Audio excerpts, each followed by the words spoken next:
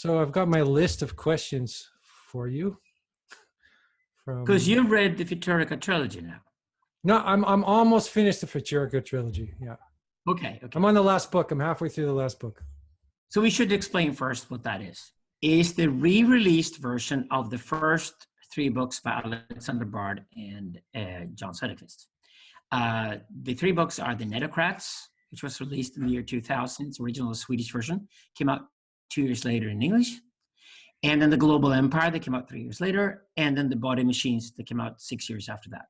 Right. So the 3 books together are meant as a trilogy, meaning The Netocrats is a book on technology and a book on the class structure or the forthcoming digital society, which right. We now, we see the birth of that society now 20 years later. So it's essentially a Marxist analysis of a future class society right. Built on digital. And then The Global Empire that came out 3 years later is the book that understands the world now as imperial, meaning that the internet protocol is in itself an imperial function, meaning if we look at the world technologically rather than politically, it's already an empire, meaning everything else like politics and art and everything else we do as humans is now subordinated to an empire, which is technological. It's a world empire. It's a world empire, yeah. I mean, it is. The internet protocol you cannot escape from. Number one, you cannot turn off the internet. It will be on forever from now on. Yeah. And number 2, we're all subordinate to it. So that means even the Chinese Communist Party and the American government in Washington, everybody is subordinate to the internet protocol, meaning all technology will now be combined into one huge computer. And then we human beings, 8 billion of us, have to adjust to this phenomenon. So that's why it's called the global empire. Mm-hmm. The 3rd book, The Body Machines, then deals with what it means to be human as a result of the other 2. And this book is very closely related to the work of Antonio Damasio in the 90s and Thomas Metzinger in the early 90s, a Portuguese and a German philosopher, respectively, who worked a lot on a sort of anti-Cartesian idea of what it means to be human. And this is why the book is called The Body Machines, since René Descartes is famous for his quote that if the human beings did not have a soul separate from the body, we would be nothing but body machines. Yeah. And we're saying we are these body machines. We are his worst nightmare, meaning that we are, and therefore we think. So you would have to look at Descartes and say that, no, you're wrong, Mr. Descartes, because it's actually the opposite way around. We only find some kind of self-consciousness at best at the end of a process to tie the worldview together. And so that's the only being is prior to thinking, in other words. Or yes, absolutely. Yes, there has to be a body first with a brain inside that body for this function to be able to think at all. And the thinking is a byproduct of other processes that are actually more important. Is that what you would call physicalism? I've been following some of your conversations. Yeah, it's monist. We're kind of neutral as to the nature of the substance of reality. So we're not saying that the universe necessarily has to be a materialist or physical phenomenon. It can be more than that, or something different. But the universe is one thing, and it's only one substance. And that's where we agree with Spinoza. And so do Damasio and so do Metzinger. They're also Spinocists. And it turns out that any person out there who's an advanced neuroscientist today and who also does philosophy turns out to be a Spinocist. Spinocism is a consequence of the fact that you understand how neuroscience works. And he's the first sort of serious monist, or not the first, but in the West. The Western monist. Okay. You could probably argue that the Thomas Aquinas was close to monism. He did not like dualism, at least. He was very unpleased with it, and that's also probably why Thomas Aquinas didn't finish the work he set out to do, because he probably discovered you cannot have an afterlife and go somewhere else besides living on planet Earth when you die, because your body decomposes and rottens, and it's gone. Without the body, there cannot be a mind.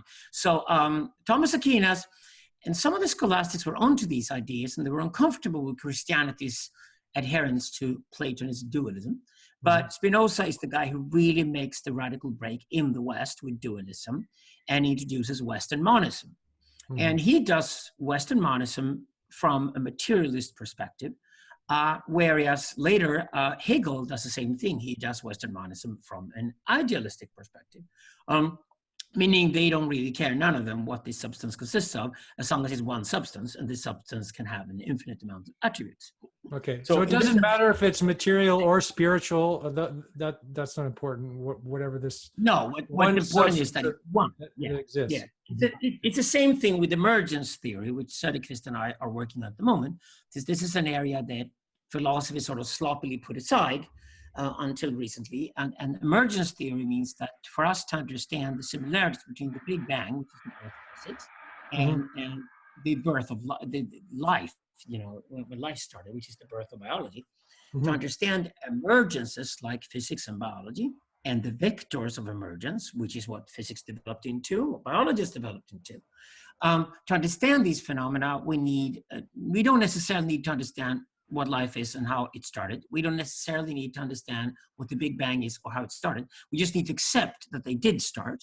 At a certain point along the time axis, we had the birth of physics, we had the birth of biology. So we can do emergence theory and discuss what an emergence is, or what a vector of an emergence is, which is, for example, the field of biology. We can discuss that without knowing exactly how it all started.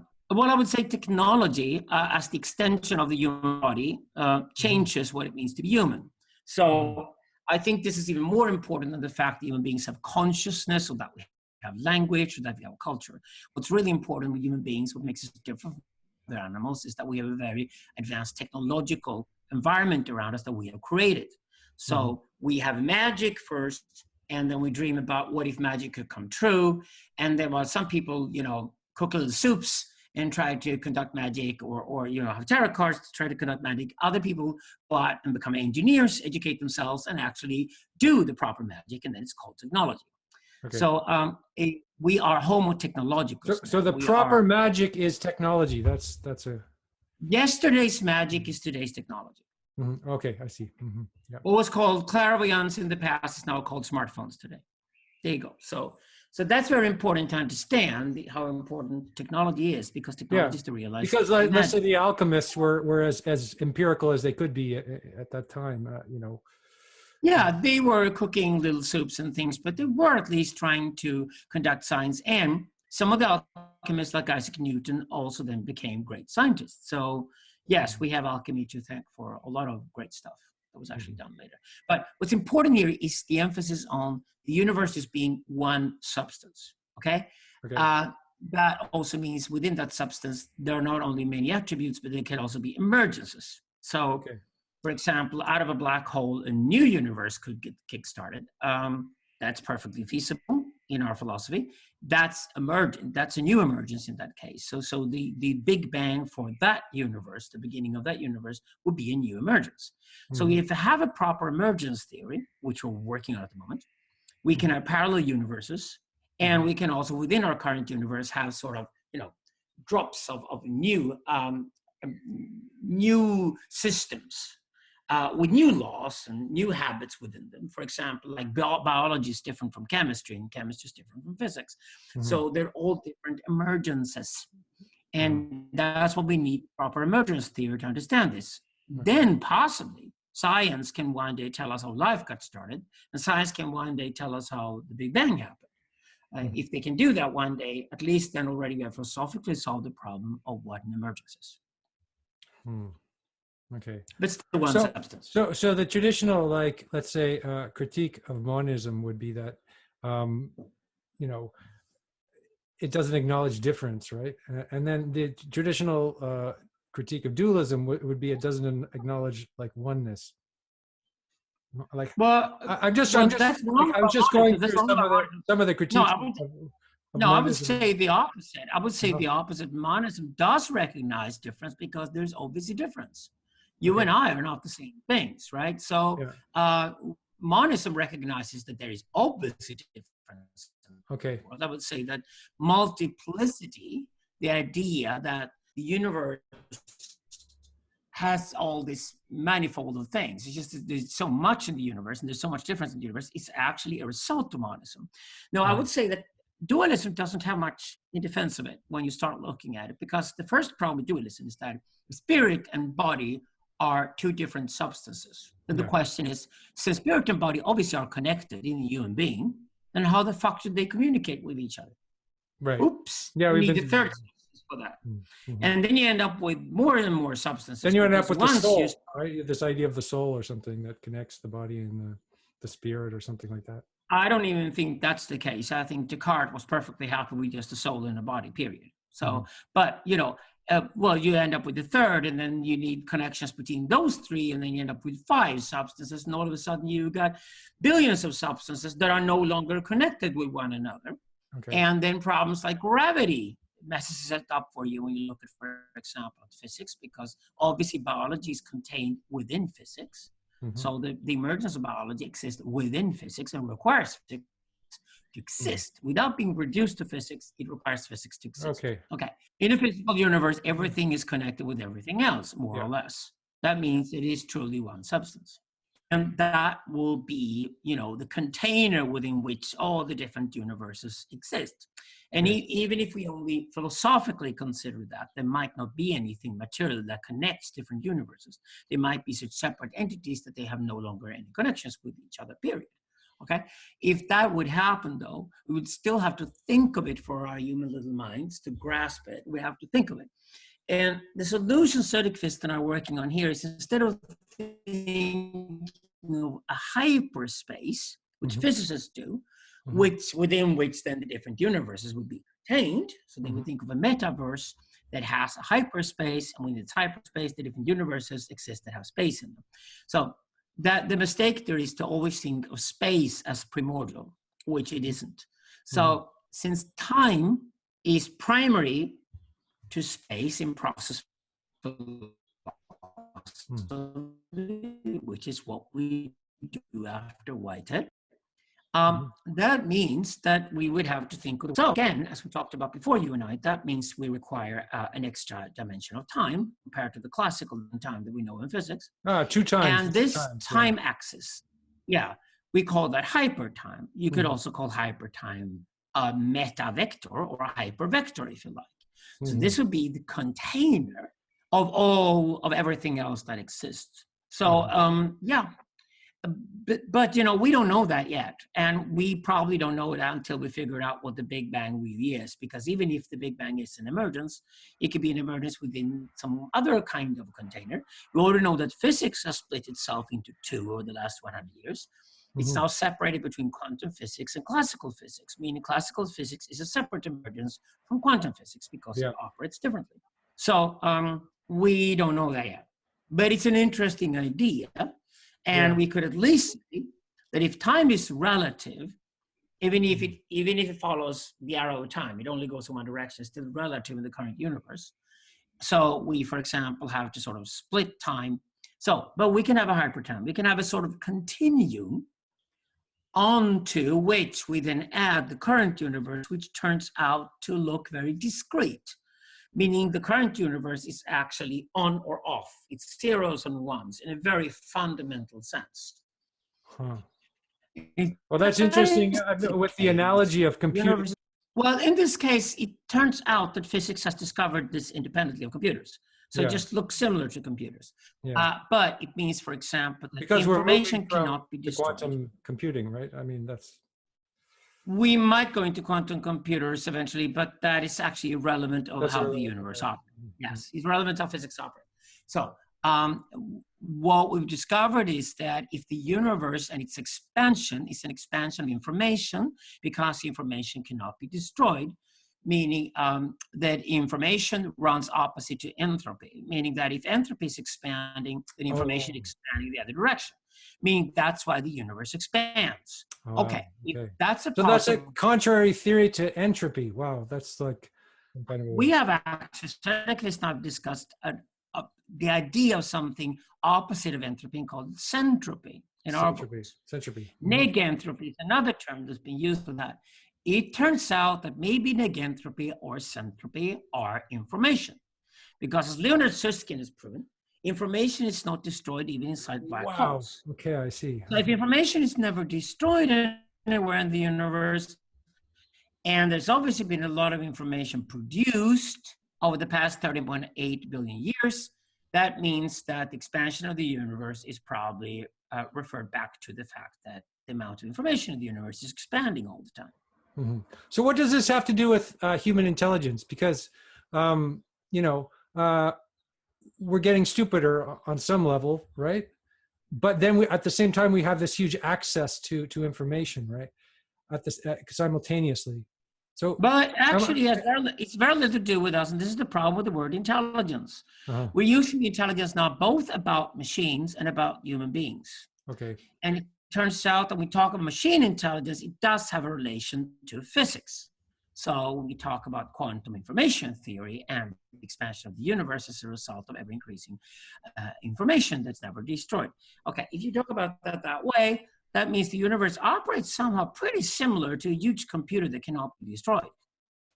Mm-hmm. So it's a very interesting analogy to the idea that the internet saves absolutely everything. And what we're creating with the internet is one huge digital memory that records at least all of human history, meaning that everything that you and I and all the other 8 billion people on this planet are doing at the moment is now being recorded, and almost all of it saved for the future to be processed later, hopefully by some kind of machine intelligence, to do whatever it wants with it. That means that there are similarities here between the machines and the universe. But we must be careful not to take the analogy too far, because whenever we had a major technological breakthrough in the past, philosophers and physicists were all too happy to jump onto it and then make it analogous to the way they looked at the world through physics and biology. So that could be a dangerous path to take. What we do know is that the danger the universe as we know it, the physics as we know it, operates discretely on the most fundamental level, meaning that spins go into on or off, and then they freeze in time, basically, and they become history. So if that's the way the universe operates, it has similarities with computers. It doesn't mean that we can go into a black hole and access that information and somehow know what went on before in the past, because the way we store information on computers, even if it is zeros and ones, and we freeze them in time, is still radically different from the way nature handles that. So there are analogies here that are very, very careful. We should be careful with, because we need to work. That makes me think of sort of a question I had for you, about your title, Machine Man. And in McGilchrist's books, he's always saying that the metaphor of human beings as a machine is not accurate. He hates that, but actually I think he's wrong. So you might not like that, but what I do say, though, is that instead of going to physics to find an analogy for understanding human intelligence, if you're going to make a separation between machine intelligence and human intelligence, number one, machine intelligence is technological, and it has similarities with physics. So there is enormous difference between human intelligence and machine intelligence. Number one is that machine intelligence is built on physics.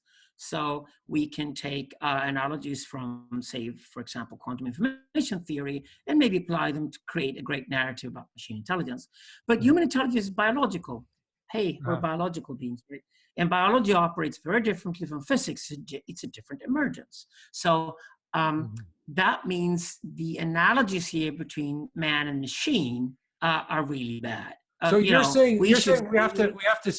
have to look at those two emergence within their own rules and domains, and not mix the two. Or absolutely. So we can compare human beings to animals and even to plants. And we can look at sentience, for example, and study sentience, which is way more important than the overrated concept of consciousness. And because consciousness doesn't exist until you have a self, really. Self-consciousness is nothing but sentience that has a sense of self. But sentience is interesting, and sentience is something we share with animals and even with plants.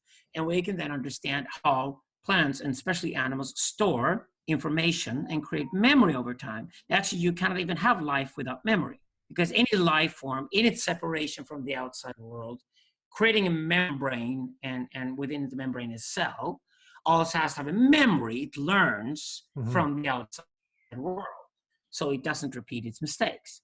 And this is storage. This is memory. This is how biology memorizes. So it's very, very different from, say, the memory of a computer, which is zeros and ones and electricity, and then hopefully can be frozen in time forever and then turned on again by adding electricity. Okay, And of hold course, on for a second. One more thing I want you to clarify is what's your problem with the idea of consciousness? It's overrated. It's extremely overrated, and I think it's a very narcissistic. It's the word is used constantly everywhere, especially by people who consider themselves to be spiritual and they sit and meditate to achieve some kind of pure consciousness, and they talk about ego death and all kinds of silly things. I'm getting less and less interested in that shit. It just doesn't take us anywhere, and it's usually just babble. So a brain is interesting, neuroscience is interesting, and how the brain operates is incredibly interesting. But any feeling you have, any emotion, any thought you have has a materialistic version of itself that goes on simultaneously while that happens. So, the brain operates constantly, and whatever we perceive and what we process and what we think then has its own material version of it in the brain. Otherwise, there wouldn't be change at all in our perception or in our understanding of the world. So I'm definitely with the league that phenomenology has to be understood. That's basically a physicalist biological phenomena. We are animals. What we have as human beings is that we've added language on top of that, and we added the narratives to come with language on top of that. And those narratives often say that we're special, and that we're the center of the universe, and that we're tiny little gods, and that mommy loves us so much that we're special, all kinds of things. And that nurtures certain narcissism, which creates an anthropocentric worldview, which means we put us at the center of things. And then we think that because it's this narrative must be created somewhere, and we think that narrative is created through our consciousness, and within that consciousness we find a sense of self. Now, okay, if you talk about a sense of self, we had better talk about the sense of self and try to understand how that operates. We can do that in a laboratory with neuroscientists, and we then discover that the self is usually the last thing that happens in a process. For example, where problem solving and decision making is involved. And it's usually we have to leave a problem aside to be solved later, or we're unsure about having solved the problem, we have to move on to the next problem. That we have a heightened sense of self. That's exactly why the sense of self is often really heightened when we're doing something very, very risky and very, very dangerous, and we have to be incredibly alert of our surroundings. Yeah. That's adrenaline is pumping and we feel very much alive. Well, that's because our sense of self is then heightened. Now, if that's what we mean consciousness, that's fine. Then it's called self-awareness, self-consciousness. Consciousness is basically just a Latin word. It's a fancy version of awareness. Okay. Yeah. Now, I'm not that interested in awareness because what we share with other animals, what's interesting for us human beings is sentience, meaning that we have sense. We smell, we touch, we watch stuff, we hear stuff, and we then process the information that we get access to. And the first thing we do, we have that information in our brain, is that we try to solidify a worldview. So there's a sense that there's a world out there. And we then, in relation to this world, perceive that we act. So we are involved as an agent in this world.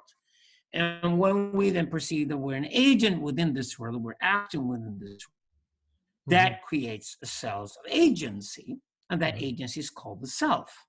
Now, please note that I managed to describe this now neuroscientifically without using the word consciousness, not even once. Okay. Well, so the self, what I'm hearing a bit also is that the self varies in intensity. It's here and then it goes away, and so it's not something. Not some kind of permanent thing either. Obviously. Yeah, and it's not unified at all. When your girlfriend or your wife tells you that she's just changed her mind, and you say, well, you said this 10 minutes ago, and she says that was 10 minutes ago. She means there was another self 10 minutes ago, and she's now a different self from the self she was 10 minutes ago. Well, in your book, self changes all the time. There's not even a continuous self. The self is really marginal. Yeah. In your book, you said that the ego is like a rainbow or something. You said it's like, okay, it looks like something, but it's it's not something substantial. I mean, this is a Buddhist analogy that's used all the time as well. It's nothing substantial. It's nothing permanent, substantial, or anything that you can really entrap in consciousness. Or that make sense? Well, you know, the importance of the self is not that strong in monist religions, and there's a reason for that, because the world that you actually act within is way more important than you are. And as tribal beings, which human beings are, I think it's a better model, because actually what's important to us is the tribe that we belong to and our community. And we want to find a purpose in that community, which means we want to be agents within that community. Now, that community then holds us responsible for certain things. You know, we have obligations to have to fulfill. We might even have commitments that the community holds us, you know, answerable to. Then those things create a sense of self as well. And then, of course, we have language. Your parents scream at you when you're a kid, and they go, you there, you there, you there. And once they've done that for a few months, when you're a little baby, you will internalize that you, and you will turn that you into an I. Yeah. So we are constantly in our culture reinforce the idea that there's a self. And because the self then sits there and has to think of itself as being terribly important for life to be meaningful, that strengthens self-awareness and self-consciousness. But it's a very modern phenomenon. It's not that important in other cultures. And rather, if you go to Buddhism, Zoroastrianism is very marginal. What is important is that you're in this world. But Buddhism is a world of suffering. Zoroastrianism is a world of endless potential. So the Zoroastrians want to build skyscrapers, and the Buddhists just want to, you know, meditate the whole thing away. Either or, you could choose which you like, prefer. You know, we accepted that. You can choose between Buddhism and Zoroastrianism. You have your Buddhist build a skyscraper? Or... No, Buddhists don't build skyscrapers. They really don't. They don't. They just build sort of weird temples they build pagodas. They don't even live pagodas and yeah. Yeah. So that's there you go. That's and nice little gardens too, but. Yeah, we don't mind Buddhism, and as we've talked a lot about before, Buddhism and Zoroastrianism have a shared peaceful history with each other, whereas Zoroastrianism was always at war with Islam and Christianity. And the reason why Zoroastrianism, of course, was at war with both Islam and Christianity is that they were dualist religions, and that is heretic to the Zoroastrian faith, which is radically monist. They forced all the Gnostics and the Manichaeans out, so why would they accept the Muslims and the Christians? That was the problem for Zoroastrianism eventually, because the Middle East and Europe ended up being dualist cultures. And we're finally now, following Spinoza, 400 years of hard philosophical work, overcoming Christianity and Islam, at least intellectually, in the West and in the Middle East. And we're beginning to see the light at the end of the tunnel and a return to Monism, which we then can share with the major religions of the East. This is my deep conviction. But listen, we should go back to the Futurica Trilogy. That was the theme for today. Yeah. So, what have you discovered? And you say that the machines can teach us to love the stranger. So I want to hear you talk more about that, what that means. Okay. Well, there's the infinite demand. And the infinite demand is in itself a Rousseauian idea. And the problem with the infinite demand is that, you know, one of the problems I had with Me Too was that it was an infinite demand from women versus men, meaning that the women loved to have an accusation that they could put on the wall and always use forever against men. That's exactly how the Me Too movement was structured. It's just like men are abusers, women are the victims of this abuse. This has been the case from time immemorial. This will always be the case, and that's how women should be allowed to use that as a weapon against men whenever it suits women's interests. Now, I didn't buy into that. I don't think anything is forever to begin with, and I didn't think that was a fair worldview either. I think men and women are about equally bad or equally good or whatever. So, but the problem with the infinite demand is that it's used by Rousseauians, have been done for the last 300 years as like they accuse you of something that's wrong, and no matter how much you repay your debts for it, you will not be forgiven. Yeah. That's the infinite demand. It's very, very important to stress that there's an infinite demand in ethics that we need to deal with. And of course, I do not subscribe to, number one, because I don't believe in infinity. And number two, I believe there should be a clear-cut goal. If I have a debt of some kind, I should know exactly how I repay that debt, and there should be a date. Okay, so there has to be a clear way to repay your debt, which is real justice. So Simon Critchley has written a beautiful little book called About the Infinite Demand Towards the Stranger. And he's correct in that sense, because when we go into peace negotiations with a foreign tribe, we know perfectly well that the warriors and the hunters in our tribe hate anything that looks different from themselves. Because unfortunately, it's social biology. For the 150,000 years that we were tribes crossing the planet, crossing the tundras and the savannas and trying to survive in our tribes, we would basically kill anything that looked different from ourselves. And that's why racism, for example, exists. So it's a major phenomenon that we need to deal with. Now, what the priests always try to do is to convince people that if the God, who is the Urfather of our tribe, and the God who's the Urfather of the tribe actually are two sons of the same father, say it could be Abraham, is the father of both Isaac and Ishmael, then the people of Isaac and the people of Ishmael can find common ground. They can create, for example, a clan rather than being two different tribes, meaning they don't have to go to war with each other. They can build a temple that they share, they can respect each other, and they can start trading with each other. And because we then build a ritual place between the tribes, we can then do the trade around the ritual place, and we can build cities. These are the first cities in history. So you have to find a common father? Is that what you're saying? Well, you have to create a narrative. When you do a mythical narrative, anything is allowed as long as the narrative works. The only thing that's interesting is the effect. Why these two guys actually have a shared father, so they have a shared lineage. So actually, they're the same. Okay, that means two different tribes are just lost tribes that should be unified within the same nation. And of course, the birth of this is the clan, and we then move from clans to nations. And you know the history from the Bible about the nation of Israel and the Hebrews who left Egypt. They walked to the promised land. They were different tribes, but they united under one nation. And they even had their own shamanic caste, the Levites, united them. That's why I claim that the nation of Israel is the first nationality, the first proper nation in history that we know. So the nation of Israel and the empire of Persia are the two concepts we're working with for the next book. They're incredibly interesting, especially as they're interconnected with each other. You cannot operate a nation the way you operate a tribe. To begin with, a nation consists of several tribes. And some of these tribes will have closer relationships with the outside world than others. That means that you will have borderlands. You will have border areas between the nation and other nations. That means some kind of trade between nations is preferable. Two nations that do not trade with each other at all will probably likely go to war with each other and be very bloody. So trade is the only relationship we have between nations that's not war. So we basically choose between war and trade. So that's what priests have always tried to do throughout history. So what they have to do is that, okay, let's maintain a trading relationship and keep peace for as long as possible, because if we keep peace and don't go too decadent, that means we can create civilization. So we can create a more advanced society. We create more wealth to be shared within the nation.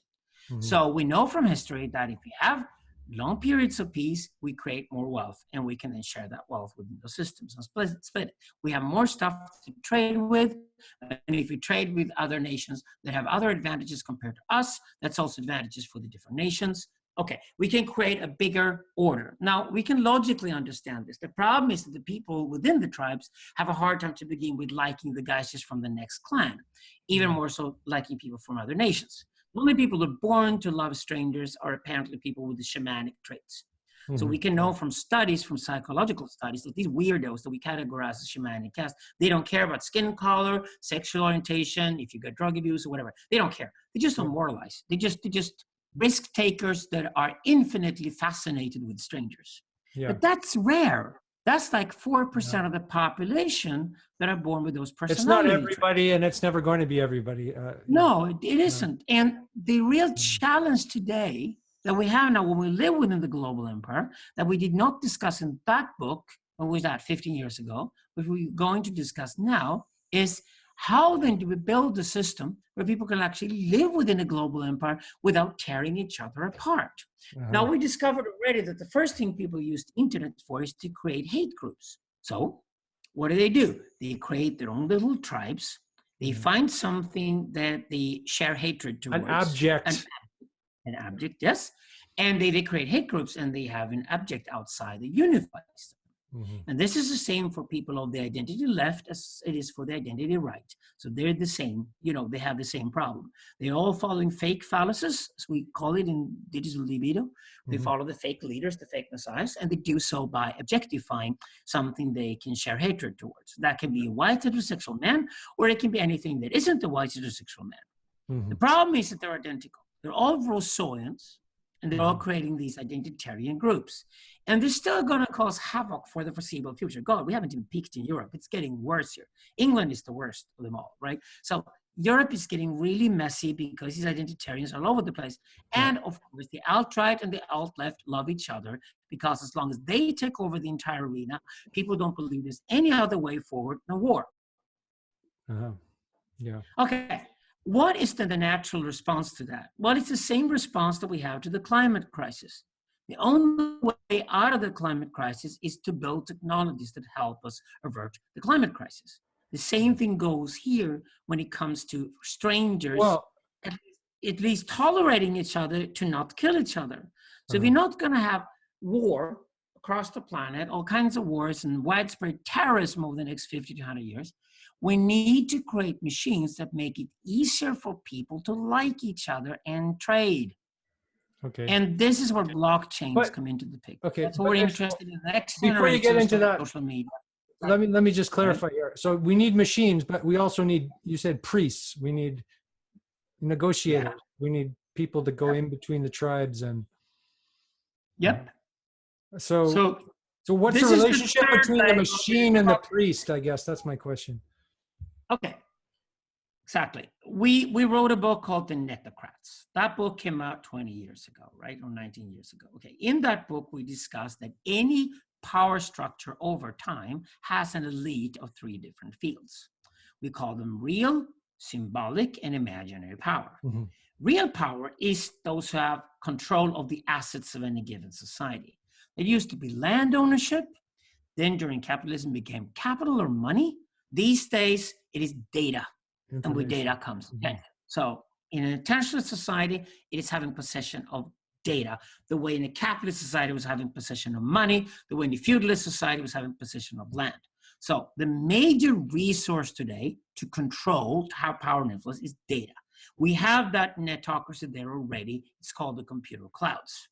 Okay? And the anarchists opposing them are, of course, storing their own data on their own hard drives and on tiny little computer clouds and things like that. And that's probably the next thing that's going to happen, is we're going to have a lot of people who refuse to take part of the big computer clouds because they don't want to be controlled by tech giants and Chinese communist parties and other rulers of the world. But anyway, those who own and control the data is the first leg of the netocracy. They're replacing the old bourgeoisie and the old aristocracy. So they're the first leg of the netocracy. The other leg of that is the imaginary and the symbolic power. So the question is how they appear. Well, the curators are the first ones there. So what are the curators? The curators are the guys you go to know where to go next. Meaning they're cultural engineers and they're in a way therapists. Like they lead you where you need to go. Algorithms are that. So anybody who builds an algorithm and then ties the algorithm to a computer cloud has thereby covered 2 of the 3 angles of a netocratic power structure. Meaning the algorithms will take over the world. But the human equivalent of the algorithm, since the algorithm is a machine intelligence, the human equivalent of that is the curator. So we use the word curator from the art world and say that anybody can guide you where to go next is really valuable to you. Meaning the guys we follow on Twitter, the guys have 100,000 followers, or the guys on Instagram 100,000 followers or millions of followers, are always seen as curators. They lead us where to go next. They tell us what clothes to wear. They tell us what vocabulary to use. They tell us which subculture we're welcoming. Now these days, the guys like us that tell us what kind of personality type you are. So which thread in life you should pursue. This is where you should go in life. So they're like the modern equivalent of the elderly who guide you in life. These are curators, meaning they're more important than the producers. The value is no longer in the production of, say, for example, art. The value is in the curating of the art, meaning that the guy who puts the curation together, puts the exhibition together, is more powerful than the artist. This is what's happening now everywhere in the economy. So the economy is moving towards brands, is moving towards subcultures, and moving towards influencers. They're like an early sort of little boost version of future curators. I think influencers are over in the next 10 years, but they will be replaced by more professional curators who work directly with the algorithms. Meaning that if you're a human being or a group of human beings who work directly with an algorithm to assist people and guide them where to go to find information or guide them through life or whatever you do, you're a curator. So the curators are the second leg of this power structure. Mm-hmm. And they're, of course, located where the nodes are. So once the guys who are or personify the nodes in today's society start meeting each other, they end up living in city-states like Dubai and Singapore, or gated communities in California or Scandinavia, and where they thrive together with like-minded people who also have tons of followers out there in the world, and they become the new leaders of the world. They don't even have to pay attention to politics. They don't even have to be politicians. They can be politicians if they enjoy that, but they don't have to be, because they will still be way more powerful politicians are. Meaning, for example, that a guy like Peter Thiel is way more important now. It moved to technology and it's moved to the curators. Okay. The third leg is the one that's left. And that's what we need to find out next. Where do we then put the symbolic power in all of this? And that's what we are writing a narrative. That's what priests do. That's the grand narrative story. Yes. Now we're moving on to blockchains. Now we're moving on to the technologies that will only start to occur in the 2020s when digital really hits us. And this is the third leg of the netocracy, the symbolic arena. The symbolic arena in feudal society were, of course, the churches and the mosques and the synagogues and the priests and the monks, because they controlled the text. They hand wrote the text, they preached, and they could read and write. And they were the only ones that could read and write, and also stored history, and that's why they were immensely powerful. They never aspired to own the land or to own the capital. They only aspired to be the truth sayers and control truth. Now, they were replaced by academia. Okay, which part of society is in a huge crisis right now and cannot even withstand the attacks? Academia. Academia. Academia is falling apart, and it's happening rapidly. Why are you and I involved in building, for example, monasteries, like tantric monasteries or spiritual monasteries now? Because we try to build new institutions of truth production. So you go to isolated places where you can actually find out the truth. You need to go see your therapist way out on the countryside. We were isolated for 3 weeks, and he turns off your smartphones, and he gives you ayahuasca or something, and just brutally break through to you, so you can really understand what's actually happening in the world and what is your position in this world. Okay. It's much more radical. Let me stop you for a second just about that. So what you're saying is that academia is the broken priesthood of the time, which is going to be replaced by a whole new group of people who are much more savvy and on the ball. And exactly. And since this is a technological age more than anything, what do you think these new priests will do? Well, what is their number one obligation? Is to unify the world. That is creating a grand narrative for East and West and digital, as Mark Stallman says correctly. And that grand narrative is the one we're working on.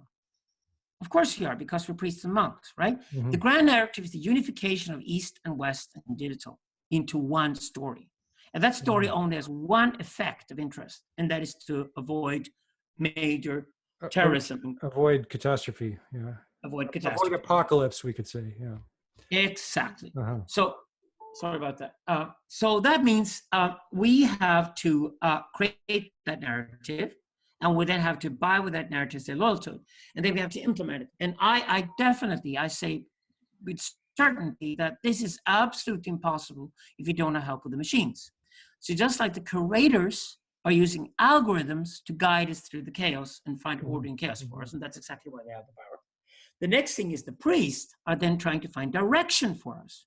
Okay, the next form of order is direction. Where the machines are just hold on a second. The way to do that is to use machines, and because of the machines and blockchains, we can now train thousands of strangers with different cultural backgrounds and from different silos, if you like, to start trusting each other in relations. So the machines are going to create a kind of exponential educational movement, or they already are. Is that what you're sort of saying? I don't think you need education to do trade. You need education for. Well, I mean, in terms of people getting less ignorant or less provincial or less, less afraid. No. You still think the humans are going to do it. I think that's impossible. They will stay provincial. Okay, human beings are going to stay as they are. They've always been tribal. We've always fooled them into believing they can trust the clan. And we knew that whatever step they took, they live in a more unknown world. They live in a more terrified world. They will live in a world of more criminality and having to trust more strangers in a more complex world. And finally, they live in the huge cities of today with 10 or 20 million people in them. And they now live in a digital realm with 8 billion people in. And they feel more, frightened than ever, and they're scared. They're terrified. That's exactly what we go towards populism, and why the alt-right is expanding, and why the left has abandoned Marx and the heroic and gone for identitarianism and Rousseau. They're all terrified little kids, right? That's what people are now, and they're infantilized. They're infantilized by the welfare state, by consumer society. They're very ill prepared for what's happening today. And since we have also stopped believing in the phallus after 1945, and we become extremely effeminate and infantile in our society, we're even worse prepared for a society that demands of us to be risk-taking and demands of us this infinite demand of a stranger out there. Now, since that demand is so huge and nobody can carry it, well, except for a few shamans, nobody else can carry that demand, we need machines to help us do it. And the beauty of blockchains and new technologies is that we can now create chains. We have to create these technologies, but we have very little time because we're going to run into, like we're right into Libido, probably a very violent date over the next 50 to 100 years. Very chaotic. And the demand for order is going to be immense from people, and they're going to scream for any type of order. And when they can't find an authentic phallus to follow, they go for the fake phallus to follow. Okay, so in a way, this means the development of a few very,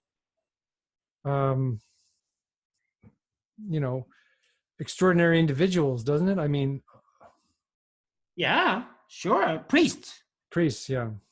Yeah. So we have the priests again. We have the replacement of the former politicians or the monarchy. We could call that the curatorship replaces the monarchy, and or the monarchy of the politicians. So the previous role of monarchs and politicians is replaced by the curators. And if they want to be elected or not, they probably decide for themselves. Personally, I think democracy is dead. So that's different leg, second leg. And the third leg is the guys who control the data itself. And that's where we have today's engineers and the tech giants and the big computer clouds, because that is the ultimate asset. By controlling the data, you can then control just about everything else, including anything of value in contemporary society. Okay. That's what Google Maps is doing for you right now. So you said democracy is dead. Democracy is dead in your view. It is already. I mean, you read the books. We wrote in the Netocrats already 19 years ago, in chapter 6, that within the near future, United States of America was likely to pick a TV show host as president. So we said Ronald Reagan, yeah, he was a decent guy, actually what they needed at the time, because at least he was a union activist more than he was a movie star. But, it would come to a point where a TV show host would be the most trusted personality in the nation. And Donald Trump arrives in 2016. So yes, we predicted that. But that's because politics has gone ironic. People now literally elect a leader for the drama that leader is causing. Yeah. Because all Trump needs to do is, if he manages to position himself as anti-establishment again, even though he's been the establishment now for 4 years. He's going to win because he's won the human drama, and the human drama is always like, let's build a wall. That's an exciting drama, right? Anybody who manages anybody manages to position themselves as the anti-establishment wins from now on, because politics has gone ironic. And if you haven't understood politics is ironic, it's dead. It's falling apart. It's causing havoc. Yes, right. You can add trade tariffs, and you can shock the markets with politics, especially the old capitalist market. You can't really shock the online world that way, because the algorithms are not changing when Trump erects a trade tariff. Only the capitalist markets are shaking. So he's only affecting the system he comes from. He's not affecting the new power structure. Every time Donald Trump, shakes his leg on Twitter, actually Twitter and everything else in the online world benefits from his behavior.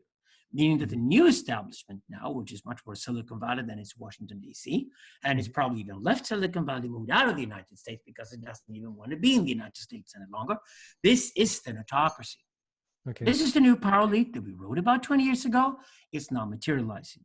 And it's materializing for the same reasons that the previous paradigms also materialized.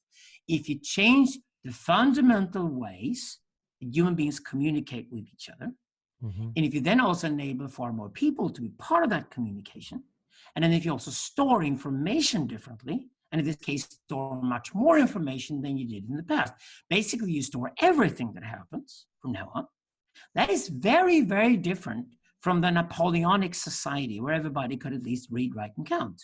But it only did so with printed books and newspapers and encyclopedias. Now, the internet world is very different from that. Number one, everybody has a voice. Yeah. Oops. So everybody's screaming at the top of their lungs. It's no longer broadcast model. It's one huge confused cuckoo's nest with 8 billion cuckoos all screaming at the same time. Okay, who wins then? None of the guys is scream. They're all losers. The winners are the people who just retract, as Simon Critcher says. You retract from it all. You don't take part in the revolution because the revolution is only a t-shirt anyway. It's nothing more than that. No, you retract and you see the things from afar, and then you focus instead on deep studies and telling the truth. Because you realize the screaming will soon be over and done with. And once the screaming is over and done with, people that's implosion, isn't it? I think I'm learning the Bard vocabulary. That might be imploitation. What? Imploitation, excuse me. Imploitation. Not yes. Imploitation. Exactly. That's one of our most important concepts. It was mentioned already in imploitation, mentioned already in the Netocrats. We use it again in Digital Libido, and we're going to dig further into it. Imploitation means if you got a value in front of you, instead of exploiting it like you did during capitalism, which basically plunder it for all it's worth and then maximizes value for it. Okay. Now, you don't do this. Instead, you say that, okay, but I'm going to take a more long-term sustainable view, and I'm going to keep this valuable thing to myself and my small subculture because the tensional value I get out of that is way higher than the capitalist value that I can milk out of this otherwise. And because potentialism now beats capital, we're not pushing the ads from the Google search, we're actually pushing the algorithm suggestions. And the algorithm is getting clever and clever every day, more and more intelligent. That's machine intelligence for you, meaning that we can get around the algorithm. The algorithm will increasingly point towards the highest quality in the world, and we will have a winner-takes-all society where the guy who's the number one according to the algorithm is the node who will be incredibly powerful and profitable and everything else you're looking for by employing a value, not exploiting it. It just takes one more level of thinking to exploit something instead of exploiting. Facebook got all the data from billions of users. What did? They packaged it and sold it off to Cambridge Analytica, a bunch of sociopaths in the UK. Okay? They were discovered. People got upset with them, and they sit there and they're scratching their heads in their American autistic arrogance, which is the culture of Facebook, and wondering what happened. Well, you idiots, what do you think would happen when people find out what you did with their data? Now, instead, if you packaged the data in a way and prepared yourself for the day in a transparent world, which is what digital is, you prepare yourself for the day, when people would know, you would actually extract some kind of value out of this data by depersonalizing it and then giving people something in return for giving you the data instead of selling it off to make a profit. If they'd done that, they would have thought of the data with an emploitative rather than an exploitative mindset. So you cannot combine the internet with brute capitalism. It's impossible because you're going to get killed by the algorithms. Meaning now, if you put in the algorithm, you say, trusted with my data, Facebook is not even going to be in the top 10. They're not going to be there at all. Yeah. So they made it's a trust economy. It's a trust economy, right? It's a trust economy. It's called attentionalism. It's an economy that's all about credibility and awareness. And if it's not credibility and awareness, well, the money won't come your way. Please note that it's credibility multiplied with awareness. That's how you build a proper algorithm. And if Google and Facebook can't build proper algorithms, somebody else is guaranteed to do exactly that. So if these American tech giants and these Chinese tech giants that have the big data, have all the data currently, if they don't build search engines that we can trust, and if they start to manipulate their search engines, and search optimization, which is organized lying, starts to pay off. right? If they mix the ad with the algorithm, if they start doing that, if they mix the potentialists with capitalism, they're dead. They're dead. So let's see where Facebook. Well, that's what they're doing now, isn't it? I mean, that's what Facebook feels like, doesn't it? It feels like a mix of grotesque marketing with, you know, conversation. Well, we do accept a mix if it's transparent. That's not a problem. We accept that there are ads on the Google page, and we know the ads are from the desperate guys who didn't make it into. Yeah, but it's these videos that seep in. But the ads are there. We accept them there because we Google search for free. See, we use that from television. If I don't pay for the service, then I got to see some damn ads. In this case, I don't even have to see the ads. I just see a little, little warning sign to the right. It's not too much, Some little warning sign to the right. And I know Google makes their money that they then use to develop further services for me. Now, Google has so far at least communicated this properly. Now, if, for example, I get paid either huge amounts of money to do my work as a philosopher, so I make quite a lot of money. No, I don't hide that. I also sit here with Andrew and we speak on Zoom, and maybe somebody cares about that. And I write nonprofit books, and I can even give my books away because I want the books that are out with Jan Söderqvist to be nonprofit projects. I can afford to have nonprofit projects, and people love them because they're nonprofit. But they also know that I make money doing other things. If I work for IKEA or an M or a corporation who needs a philosopher to deeply understand why they're in a mess, okay, they pay me for that.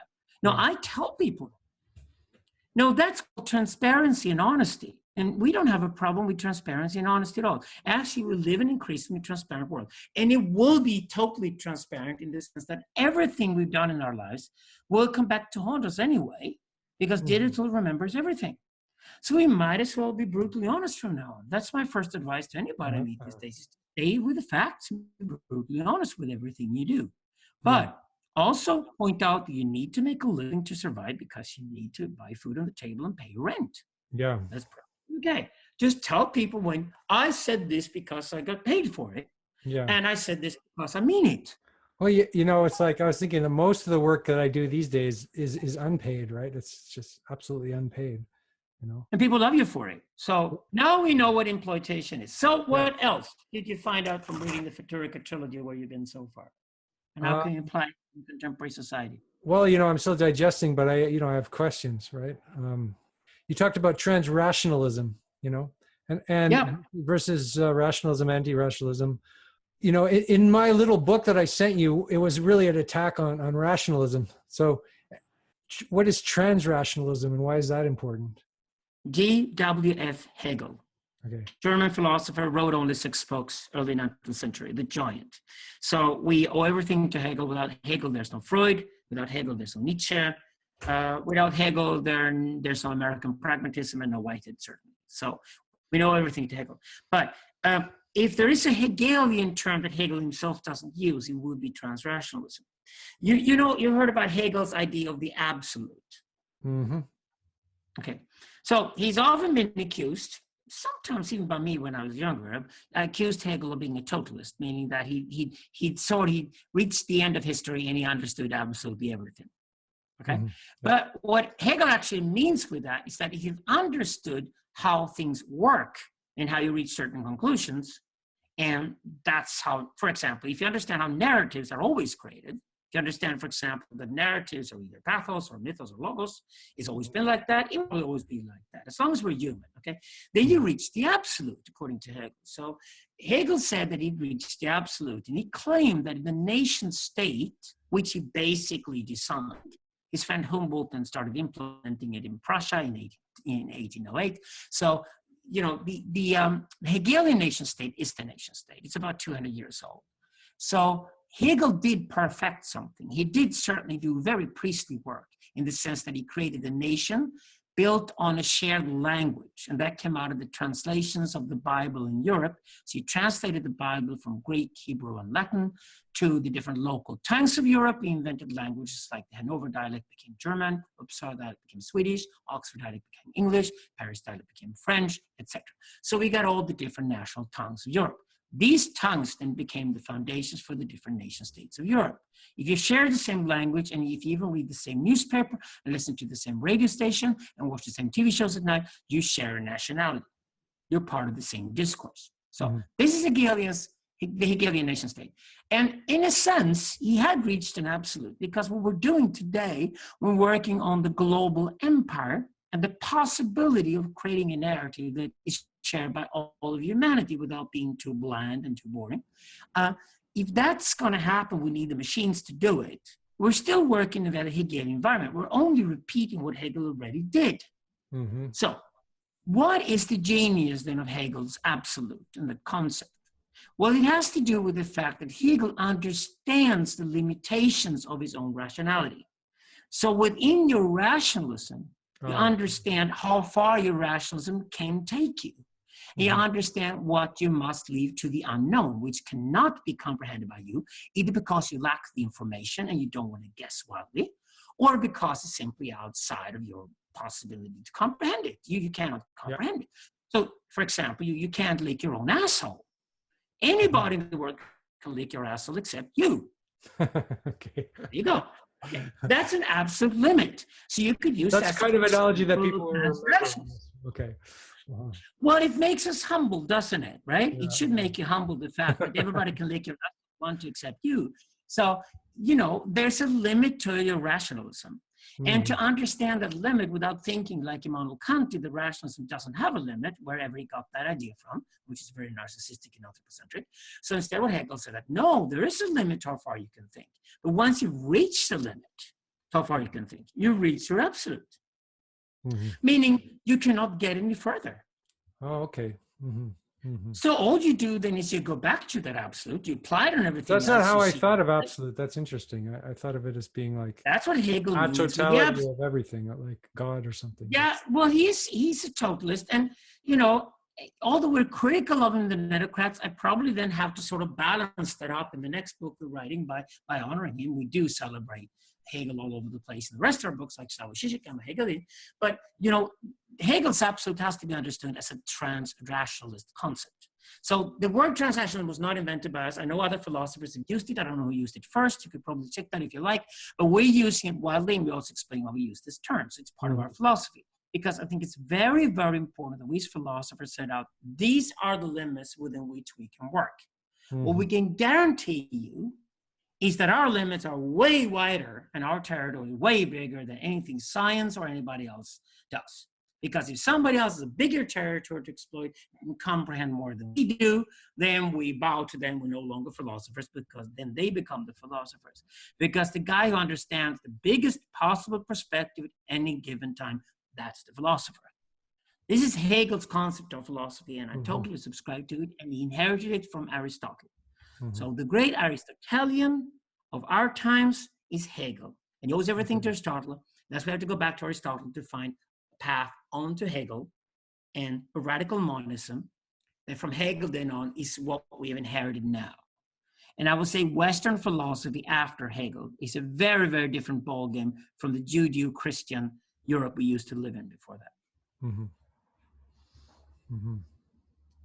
There you go. That was transrationalism.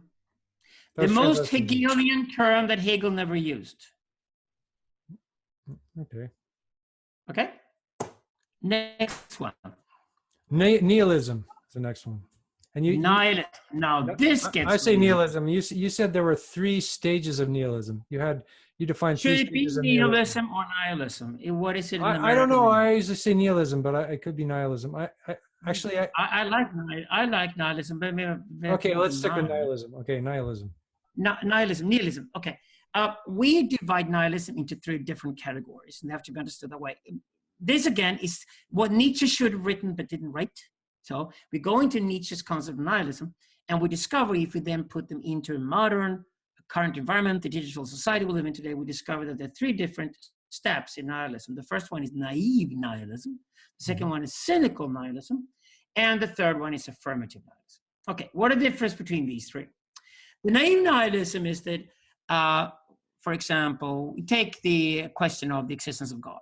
Okay, a naive nihilist doesn't know that God does not exist yet. He doesn't know, he subconsciously knows that God does not exist, but he thinks he still believes in God. So this is a person who would answer the question, do you believe in God? Say, yes, I do. And then probably ask, well, what kind of God is that? He'd probably not have an answer.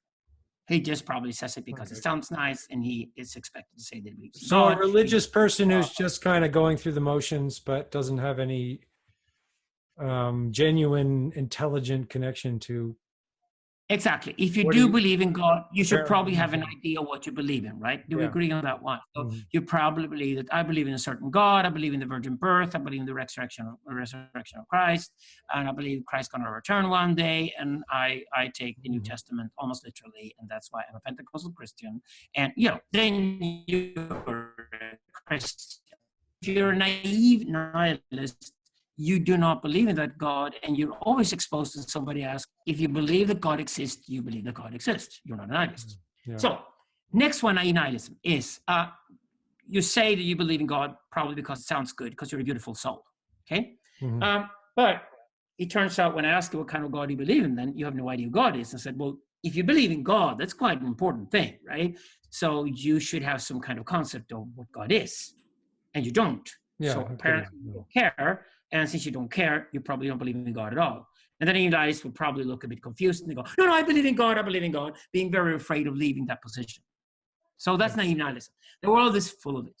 I would say most of the people who practice dead religion, which is the most common form of religion today, we call it dead religion in the Syntheism book, are naive nihilists, meaning they go to temples and they pray to a god with a blue elephant, blue elephant head or something. But they're just going through the motions and they go through the motions and they drink yeah. the drinks you're supposed to drink, and the drinks no longer contain the psychedelic substances the original did, so nothing happens. But you just drink it because you drink it. So you just go through empty rituals, and it's dead religion. Now, the vast majority of religion being practiced in the world today is dead religion. Yeah, agreed. Meaning it's a form of nihilism. Okay, so that's nihilism. The second one is cynical nihilism.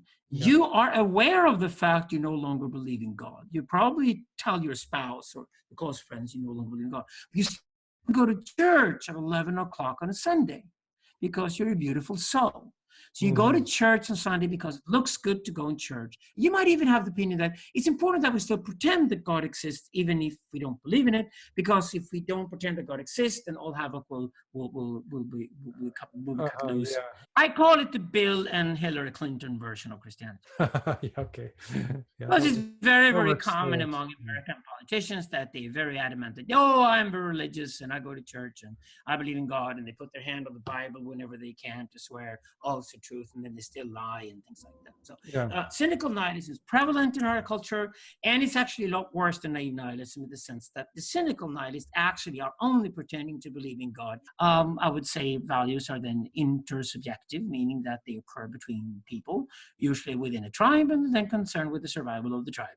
And the domestication of individuals within the tribe to serve the tribe. That's how most values are created. So, cynical nihilism is that you're pretending you believe in God, but you actually are aware of the fact you do not believe in God. Right. It's a very American It's a thing. kind of schizophrenic religion too, isn't it? It's like you believe and you don't. It has a certain schizophrenia to it, but I would say most cynical nihilists are perfectly aware of the fact that they're cynical nihilists and they sleep well at night. They're just very career-minded. Okay, gotcha. And they like to, so they go to the charity galas and they get money and they pray to God with open eyes while everybody else has their eyes closed. And they don't really care too much about religion because God is dead to them. And because God is dead, God is gone. He can no longer be trusted. And because there's no God there, that means that leaves the whole field open to them and their pursuits of whatever they're looking for. So they go for their own drives and desires, and they're not afraid of being corrupt because they're obviously saying one thing and mean something very different. So hopefully, with the arrival of algorithms and with digital now memorizing everything, we can expose these cynical nihilists more and more. So, you know, it could be a good thing for people who actually are serious about religion, because to me, this does no good. It does no good at all. It corrupts society. I think any time we have people in the public arena who say one thing and then do something different, that is the fundamental corruption. That is what corruption really is. And I don't think they should be trusted. I don't think any American politician who pretends to believe in God when they don't should be trusted. Why would they be trusted when they about something as fundamental as religion? Yeah. There you go. There you go. Cynical nihilism is poison. So cynical nihilism is definitely a poison. Yeah, I agree. Well, Nietzsche hates it too. So Hegel certainly would. So, you know, the great thinkers of the 19th century warned us about it, and it's now the predominant mode of society, especially in America. Okay, the third one is the one that Nietzsche loves and celebrates, and it's called affirmative nihilism. So, Affirmative nihilism. Essentially, Okay. yeah, it essentially says that, oh, God is dead. Wow, great. If God is dead, then we can one day maybe be gods, or at least we can create our own values. Create our own values. Identify with, yeah, we create our own values, identify with those values. Mm-hmm. Nietzsche calls this guy. We can become as gods. We can become Übermensch, or that's right. Yes, because the affirmative nihilism also comes an ethical responsibility, which Nietzsche inherits from my favorite religion, Zoroastrianism. This is exactly why he wrote a book called Zarathustra. Very aware of which character he picked for this, because he wrote in Nietzsche Homo later that morality begins and ends with Zoroaster. The guy who figured out how morality works, or what ethics is, was Zoroaster, and that's what Zoroastrianism is, the religion of ethics. And because Nietzsche was a professor of philology and not philosophy, he was very skilled in languages, and he spoke fluent ancient Persian. It was a fad in Germany in the 19th century. Both Hegel and Nietzsche read the original text from Zoroaster, and they understood the religion of Zoroastrianism. And so they understood what it was about. And Zoroaster is very adamant with that you become your acts.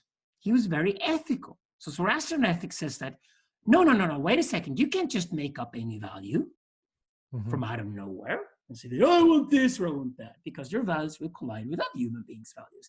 And at the end of the day, you're going to collaborate with other human beings. And at the end of the day, you're going to have to try to find some kind of purpose in your life, something higher than yourself. Otherwise, you just evolve a little child. But that's a contradiction of Nietzsche's. No, Nietzsche agrees with this. If you read Nietzsche carefully, he agrees with this. He then exposes that idea and develops it further in Zarathustra. And what he essentially says is that you become what you say, you become what you think, you become what you say. You have a thought, that thought results in an uttering a word, that word results in an act. That act, in turn, influences how you think the next day. It's a loop. Right? Okay. That loop, well, Nietzsche uses that term for several different things, but the eternal return of the same is he uses that term for that loop, meaning it's also the point with ethics. So ethics is also subject to the eternal return of the same, meaning that you become your thoughts, you become your words, you become your actions to yourself. You cannot escape that. You identify with your own history. You can lie about your history to other people. You can lie about your beliefs. You can lie about just about everything about yourself, but you cannot lie to yourself. So you can't escape. So you can't escape into, let's say, shallow morality, which exactly you can't. Not to yourself. Not to yourself. That means it returns to haunt you, and that means that you can only do ethics to yourself. This is Nietzsche's aristocrat. This is Zoroaster's. You can't be a cynical nihilist if you're truly ethical. No, you can't. No, absolutely not. You cannot do double speak to yourself. You can double speak to others. At the end of the question is, why would you do that? So this is Nietzsche's affirmative nihilism in its pure form, is that, yeah, we are free, but freedom comes as a curse. Okay? So that's what Nietzsche is so interesting here. And he basically resurrects Zoroaster. You find the same thing in Zoroastrianism. That's exactly why Zoroastrianism doesn't have any monks or nuns, because we're all monks and nuns in Zoroastrianism. Okay, I'm a little bit lost about the curse. Can you explain why freedom comes as a curse? Well, you cannot escape your destiny. You cannot escape your genes. You cannot escape your personality type. You cannot escape your body. But that's not freedom. That's determination, isn't it? No, it's not determination that you cannot control. There's a lot of shit going on that you cannot control that you're submitted to. Yeah. So freedom is very limited. Okay. But you're free from God.